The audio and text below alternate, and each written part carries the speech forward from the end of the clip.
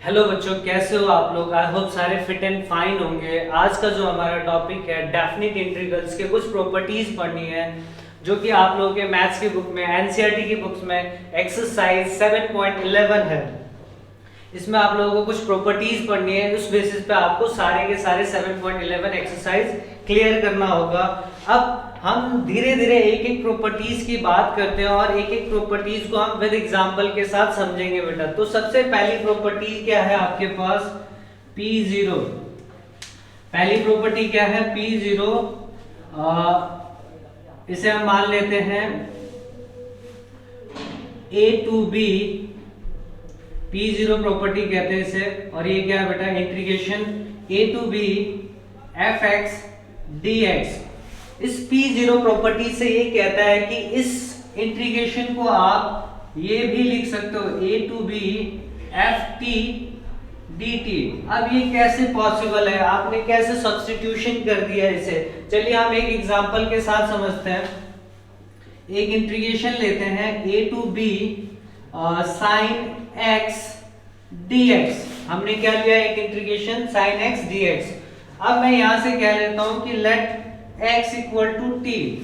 क्या माना मैंने, x को t मान लिया। अब मैं इसे सब्स्टिट्यूट कर रहा हूं, सब्स्टिट्यूट कर दिया। अब मैं इसका डेरिवेशन कर रहा हूं, differentiate both side with respect to x। क्या आएगा बेटा, आप देखो, इसको डिफरेंशिएट करूंगा तो 1 equal to dt by dx।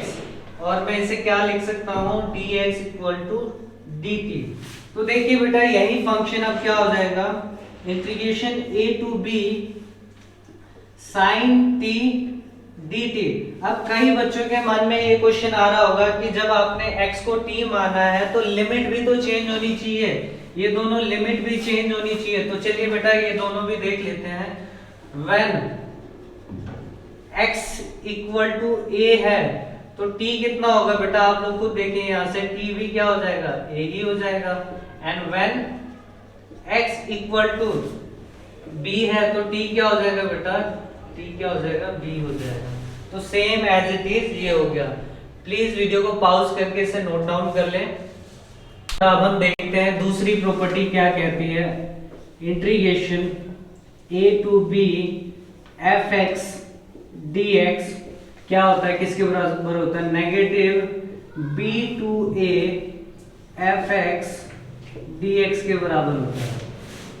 तो देखो बेटा, इस प्रॉपर्टी में कुछ नहीं कहा, ये जो अपर लिमिट थी इन्होंने चेंज करके लोअर लिमिट बना दी और लोअर लिमिट को चेंज करके इन्होंने अपर लिमिट बना दी। देखो यहाँ पे ये लोअर लिमिट थी, यहाँ पे क्या बन गई, अपर लिमिट। और ये जो अपर लिमिट थी यहाँ लोअर लिमिट बन गई। बट यहाँ पे नेगेटिव साइन का यूज हुआ है बेटा, ध्यान रखना है प्रॉपर्टीज को, यहाँ पे नेगेटिव साइन का यूज हुआ है। चलिए इसे देखते हैं कि ये कैसे आया। लेट्स एक एग्जांपल कंसीडर कर लेते हैं, a to b dx।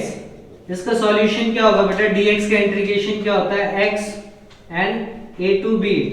और मैं इसमें वैल्यू पुट करूं इसकी तो क्या आएगा, b माइनस a। और मैं इसमें से माइनस कॉमन ले लेता हूं तो मैं इसे क्या लिखता हूं, a माइनस b। फर्दर इसे मैं लिखना चाहूं तो इसे मैं लिखूंगा इसे लिखूंगा b to a dx। अगर मैं इसका सॉल्यूशन निकालूं तो बेटा यही आएगा और यही इसका प्रूफ है बेटा। प्लीज वीडियो को पॉज करके इसे नोट डाउन कर लें। चलिए बेटा अब हम प्रॉपर्टी 3 के बारे में पढ़ते हैं। प्रॉपर्टी 3 क्या कहती है, integration a to b fx dx equal to, इसे हम लिख सकते हैं बेटा further a to c fx dx plus c to b fx dx। अब आपके बुक में जो ये दे रखा है अगर उसे मैं लेके फॉलो करूं तो बहुत डिफिकल्ट हो जाएगा आप लोगों के लिए समझने के लिए। कहने का मतलब, लेट्स सपोज कर लेते हैं एक एग्जांपल से ही मैं इसे समझा देता हूं। Integration 1 to 8 dx equal to, मैं लिखता हूं बेटा 1 to 5 dx plus 5 to 8 dx। अब मैं इसे सॉल्व करता हूं तो देखना बेटा यही आएगा आपका सॉल्यूशन। देखो सॉल्व करके देखता हूँ। तो ये क्या आ जाएगा x और इसकी लिमिट क्या है 1 to 5 प्लस इसका इंटीग्रेशन क्या आएगा x लिमिट 5 to 8। अब सॉल्व करते हैं बेटा क्या आता है ये देखो, ये आ जाएगा बेटा 5 minus 1 प्लस 8 minus 5, ये अल्टीमेटली डिडक्ट हो गया और क्या बच गया यहाँ पे 8 minus 1। और इसे सॉल्व करोगे तो देखो ये क्या आएगा x और इसकी लिमिट क्या है बेटा 1 to 8, सॉल्व करोगे 8 minus 1 ही आएगा। तो देखो मैंने एक एग्जांपल से इसे समझाया है कि आप लिमिट्स को ब्रेक करके भी लिख सकते हो। तो मैंने देखो यहाँ लिमिट 1 to 8 थी, वहां पे 5, आपको भी पता है 1 से 8 के बीच में 5 आएगा ही आएगा, तो मैंने लिमिट को ब्रेक करके दिखा दिया और सॉल्यूशन आपका सेम आ गया। तो ये आपकी प्रॉपर्टी नंबर 3 थी, इसे पॉज करके नोट डाउन कर लें। चलिए बेटा अब हम देखते हैं प्रॉपर्टी 4 क्या कहती है बेटा। Integration a to b fx को हम क्या लिख सकते हैं बेटा, integration a to b f a plus b minus x dx, ये कैसे लिख सकते हैं हम इसे। तो चलिए इसे एक एग्जांपल से समझते हैं या फिर इसी को हम प्रूफ करके देखते हैं कि कैसे आता है।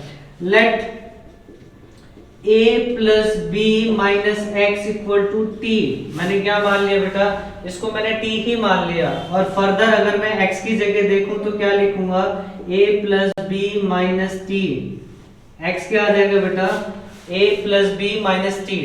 अब मैंने सब्स्टिट्यूट कर दिया x की जगह, तो लिमिट भी तो चेंज होगी बेटा, लिमिट भी चेंज होगी। तो जब x इक्वल टू a है तो लिमिट क्या होगी बेटा t की, अगर x की जगह मैं यहाँ पे a रखूं तो लिमिट क्या आएगी बेटा, a पॉजिटिव में है, एक a नेगेटिव में आ जाएगा, a से कैंसिल हो जाएगा, तो t क्या बचेगा b। दूसरा when x equal to b रखूं, अगर मैं x की जगह b रखूं तो क्या होगा, ये b कैंसिल हो जाएगा, तो t क्या बचेगा a। अब मैं इसे डिफरेंशिएट करता हूं बेटा विद रिस्पेक्ट टू x, तो ये क्या हो जाएगा 1, a का डिफरेंशिएशन 0, b का 0 और t का differentiation minus dt by dx, minus t है।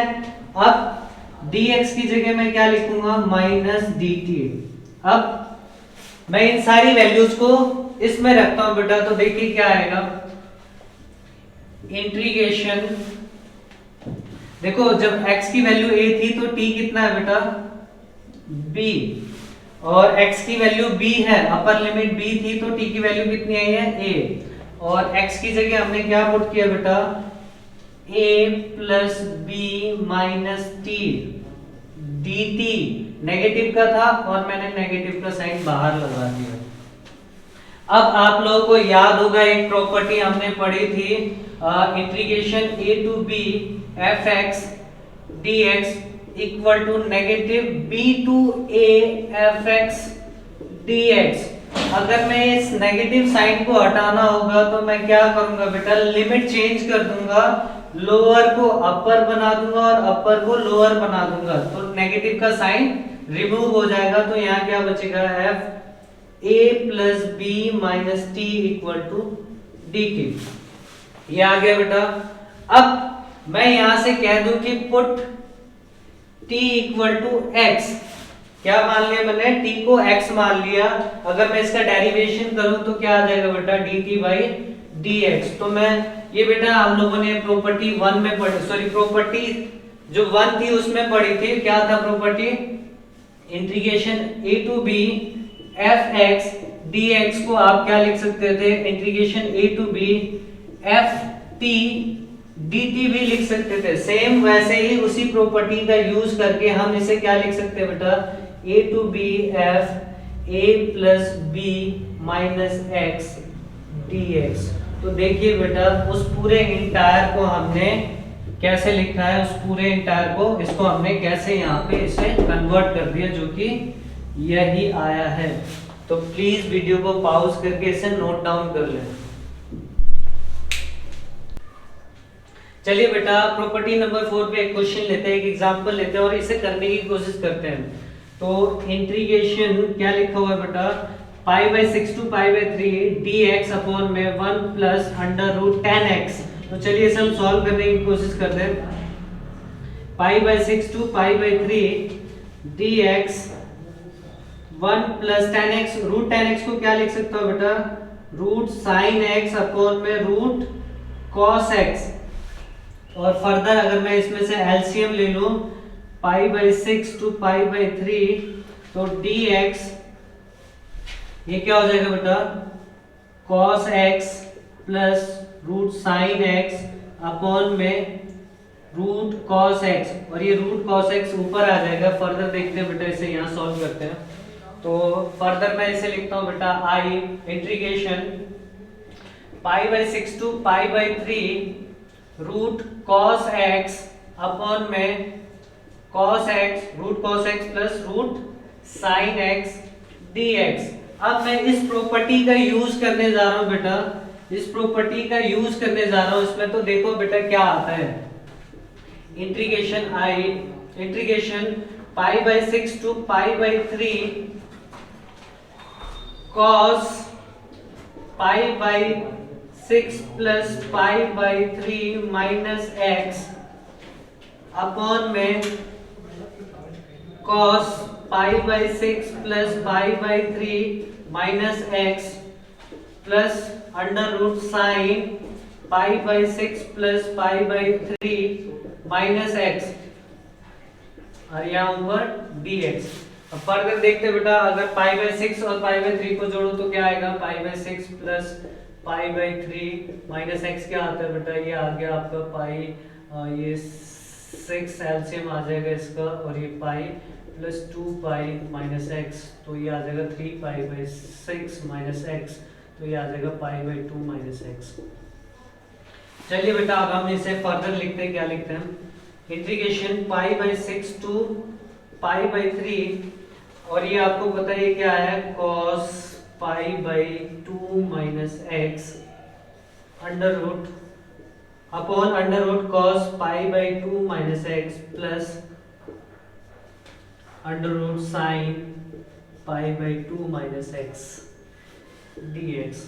अब आप लोगों को पता है कि इससे क्या हो जाएगा बेटा, फंक्शन चेंज हो जाएगा। देखो कैसे चेंज होता है ये,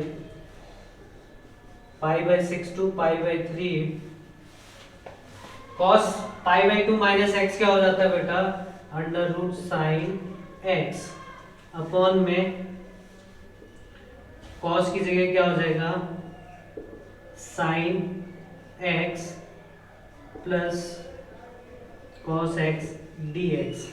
तो ये आ गया आपका यहां तक। अब मैं फर्दर इसे क्या लिखता हूं बेटा, इस क्वेश्चन को फर्दर करते हैं। देखो बेटा यहाँ से एक आई आया है और एक आई ये था, अगर मैं इन दोनों को जोड़ दूं तो मैं क्या लिखूंगा बेटा, 2i और integration pi by 6 to pi by 3 under root cos x upon में under root cos x plus sine x plus integration pi by 6 to pi by 3 under root sine x upon में under root sine x plus under root cos x dx।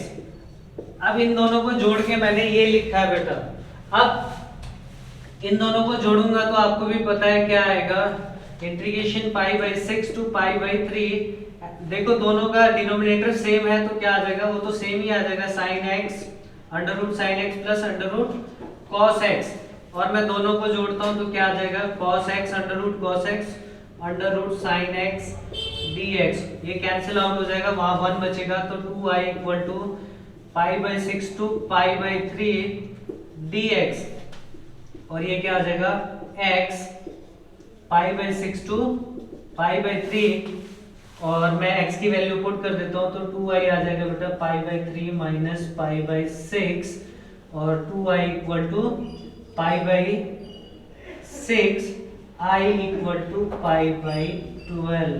यही answer है इस example का, ये answer है बेटा।